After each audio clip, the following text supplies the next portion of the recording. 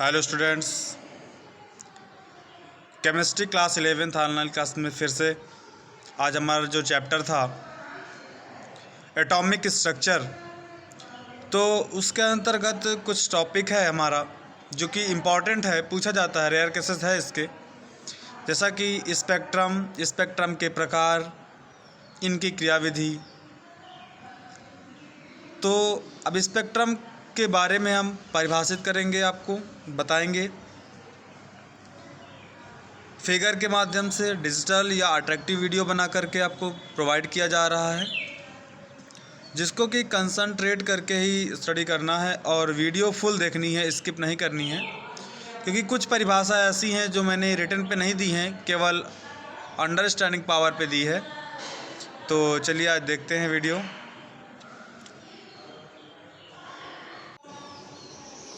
तो हम आज चर्चा करेंगे स्पेक्ट्रम के बारे में। किसी विद्युत चुम्बकीय तरंग या विकिरण का किसी फोटोग्राफिक प्लेट या पर्दे पर लिया गया प्रतिबिंब ही स्पेक्ट्रम कहलाता है। मीन्स किसी भी माध्यम में किसी वस्तु का जो प्रतिबिंब बनाया जाता है, प्रकाश द्वारा जो प्रतिबिंब बनता है, वही उसका स्पेक्ट्रम कहलाता है। अब स्पेक्ट्रम के प्रकार हैं, पहला है उत्सर्जन स्पेक्ट्रम, दूसरा है अवशोषण स्पेक्ट्रम। अब हम देख रहे हैं कि उत्सर्जन स्पेक्ट्रम क्या है, तो देखते हैं जब किसी स्रोत द्वारा उत्सर्जित विकिरण को एक प्रिज्म में से गुजारा जाता है तथा फिर इन्हें फोटोग्राफिक प्लेट पर प्राप्त कर लिया जाता है, तो उसे उत्सर्जन स्पेक्ट्रम कहते हैं।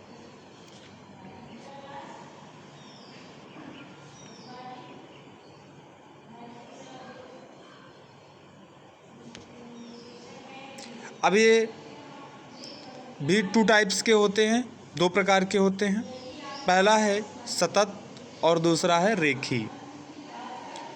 उत्सर्जन स्पेक्ट्रम दो प्रकार के होते हैं, सतत और रेखीय। चलिए, तो हम देख रहे हैं सतत स्पेक्ट्रम में ये जो नीचे आपको चित्र दिया गया है सतत स्पेक्ट्रम के लिए, इसमें देख रहे हैं कि कोई प्रकाश स्रोत या मान लेते हैं बल्ब है, बल्ब से जब कोई स्लिट पर पहले प्रकाश प्रवाहित करते हैं, स्लिट पर प्रवाहित करने के बाद उस प्रकाश को हम प्रिज्म में से गुजारते हैं। प्रिज्म में से गुजारने के बाद प्रकाश को एक पर्दे पर या फोटोग्राफिक प्लेट पर लेते हैं, ठीक है। इस तरह नामांकन भी कर देंगे हम। पहले तो प्रकाश स्रोत से प्रकाश निकला, स्लिट से गुजारा गया, स्लिट से गुजारने के बाद प्रिज्म से गुजारते हैं, प्रिज्म से गुजारने के बाद हम पर्दे पर इसको लेते हैं। तो देखते हैं कि प्रिज्म से जब प्रकाश पर्दे पर आता है तो अपने विभिन्न रंगों में विभक्त हो जाता है, वर्णित हो जाता है अलग अलग रंगों में, जिसमें कि 7 रंग होते हैं, जिसको हमने पहले भी पढ़ा था। रेड है, ऑरेंज है, येलो है, ग्रीन है, ब्लू है, आपका इंडियन कलर है, और ये येलो।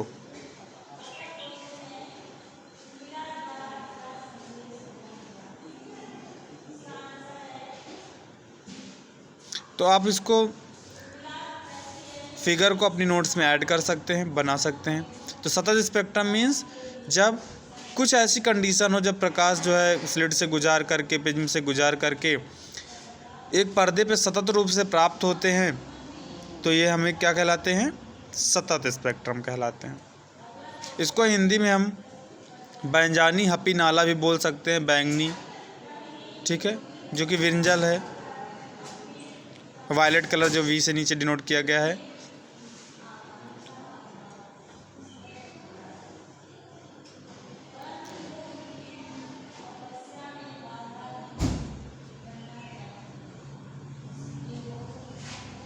अब देखेंगे आगे सतत स्पेक्ट्रम कैसे लिखेंगे। जब सूर्य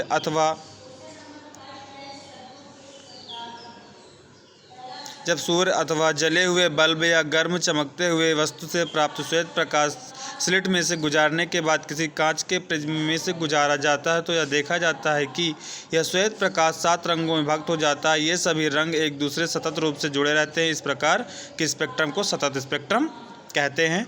चित्र में आपको ऊपर दिया गया था। अब हम बात करते हैं रेखीय स्पेक्ट्रम की। रेखीय स्पेक्ट्रम में क्या है, कोई युक्ति द्वारा प्रकाश जब उत्सर्जित किया जाता है, प्रकाश स्रोत द्वारा नहीं, किसी विद्युत जनित द्वारा, किसी विद्युत युक्ति द्वारा जब हम प्रकाश उत्पन्न करते हैं, उसको विद्युत देते हैं, तब वो प्रकाश उत्पन्न करता है। फिर उसे स्लिट से गुजार करके प्रिज्म में गुजारते हैं। तो जब पर्दे पर फोटोग्राफिक प्लेट पर जब उस प्रकाश को हम लेते हैं तो देखते हैं कि वहाँ पे प्रकाश की सभी किरणें या सभी रंगों की पे वर्णित होकर के नहीं प्राप्त होते हैं, हमको कुछ ही किरणें प्रतीत होती हैं, दिखाई देती हैं। तो ऐसी स्थिति इनकी रेखीय स्पेक्ट्रम कहलाती है। ठीक है, तो हम इसको अपनी भाषा में अपने मन से लिखेंगे। हमने सतत स्पेक्ट्रम के बारे में तो आपको डेफिनेशन बना करके लिख के प्रोवाइड कर दी है, लेकिन रेखीय स्पेक्ट्रम आप अपनी लैंग्वेज में लिखेंगे। वो लिखेंगे कैसे, रिपीट करेंगे फिर से हम, कि जब किसी युक्ति द्वारा प्रकाश उत्सर्जित करके स्लिट से गुजार के जब प्रिज्म से गुजारते हैं, जब प्रिज्म से हमें प्राप्त हुआ प्रकाश पर्दे पर रेखीय रूप से मिलता है, मीन्स कुछ ही किरणें दिखाई देती हैं, रेखीय रूप से मिलता, सतत रूप से नहीं दिखता है, तो ऐसा स्पेक्ट्रम रेखीय स्पेक्ट्रम कहलाता है। चलिए आगे चलते हैं। चित्र आप बना सकते हैं, स्क्रीनशॉट भी ले सकते हैं। हम बीच में देख रहे हैं गैप था उस चित्र में। अब बात करते हैं हम अवशोषण स्पेक्ट्रम की। अवशोषण स्पेक्ट्रम क्या है, इसकी भी डेफिनेशन आपको अपने मन से लिखना है, केवल मैं बोलूँगा, नोट्स बनाकर नहीं दूंगा। तो जैसे प्रकाश स्रोत मीन्स सन से आने वाली प्रकाश जब स्लिट से गुजरती है, स्लिट से गुजारने के बाद किसी विलयन में, मान लीजिए NaCl विलयन पे हम उसको गुजारते हैं, तो NaCl विलयन प्रकाश की किरणों को अवशोषित कर लेता है, अपने पे कुछ भाग अवशोषित कर लेता है। बचा हुआ प्रकाश किरण प्रिज्म में से गुजारते हैं, तो प्रिज्म में से गुजारने पर केवल ब्लैक रंग की कुछ किरणें या 2 किरणें प्रतीत होती हैं आती हुई पर्दे पर, बाकी किरणें हमें नहीं दिखती। क्योंकि इसलिए नहीं दिखती क्योंकि वो NaCl विलयन द्वारा अवशोषित कर लिया गया है। तो जब प्रकाश स्रोत से स्लिट द्वारा किसी विलयन में प्रवाहित किया जाता है प्रकाश या अवशोषित किया जाता है, तो वहाँ पे विलयन में प्रकाश का कुछ अवशोषण हो जाता है, बची हुई प्रकाश किरण प्रिज्म में से गुजर के फोटोग्राफिक प्लेट पर हमें प्राप्त होती हैं। तो हम फोटोग्राफिक प्लेट पर देखते हैं कि कुछ ही किरणें हमें प्राप्त हो रही, सभी किरणें प्राप्त नहीं हो रही हैं। तो ऐसा स्पेक्ट्रम अवशोषण स्पेक्ट्रम कहलाता है।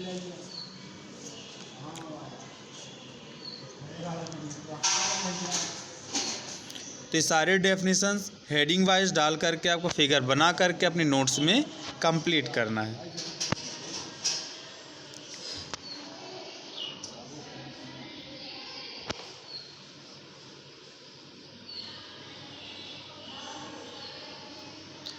तो हमें होप है कि आप कर लेंगे और समझ में भी आ जाएगा आपको। अगर 1 टाइम रीड भी करेंगे कॉपी में राइट करने के बाद, तो आपको 100% ये वीडियो क्लियर हो जाएगी।